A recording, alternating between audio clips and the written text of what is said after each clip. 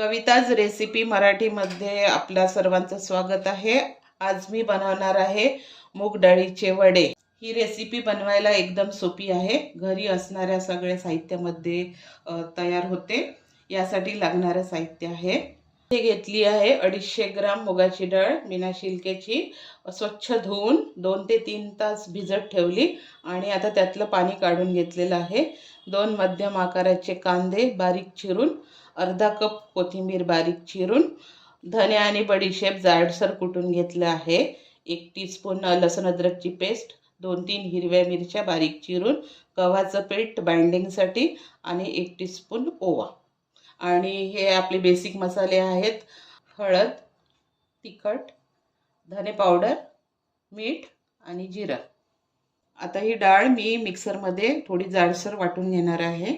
आता मी ही डाळ सगळी मिक्सरमध्ये जाडसर वाटून घेतली आहे। त्याला जाडसरच ठेवायची, एकदम बारीक करायची नाही। आणि आता याच्यामध्ये मी आता सगळे साहित्य मिक्स करून घेते आहे। आता मी याच्यामध्ये टाकणार आहे प्रथम कांदा,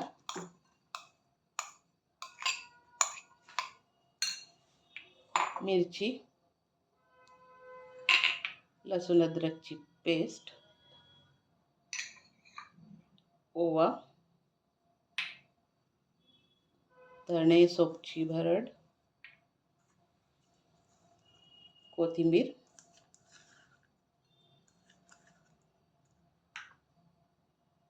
आणि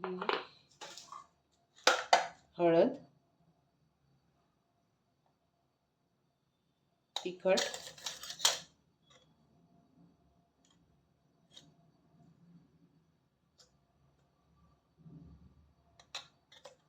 चवीप्रमाणे मीठ, धने पावडर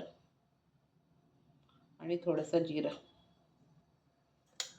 आणि बाइंडिंगसाठी जसं लागेल तसं गव्हाचं पीठ। आता मी हे सगळं मिक्स करून घेणार आहे।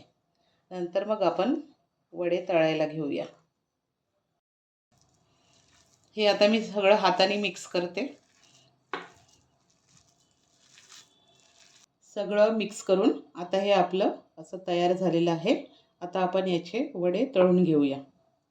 आता मी कढई ठेवली आहे गरम करायला, त्याच्यामध्ये मी आता तेल टाकून घेते।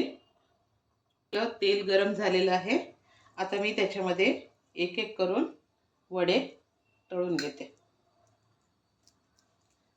याला असं हातावरती घेऊन गोल गोल करायचे आणि असे तेलामध्ये सोडायचे।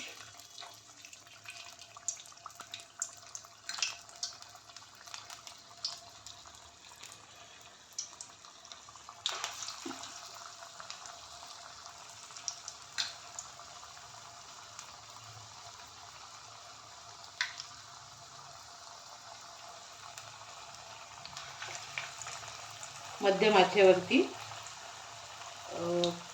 तळून घ्यायचे। हाय फ्लेम ठेवली तर लवकर ते जळून जातील। आता हे आपले बरेचसे होत आलेले आहे। याला चांगला असा गोल्डन रंग येईपर्यंत याला आपण तळून घेऊया आणि मग काढून घेऊया। आता हे आपले तयार झालेले आहेत वडे। असा कलर आला की आपण याला काढून घेऊया।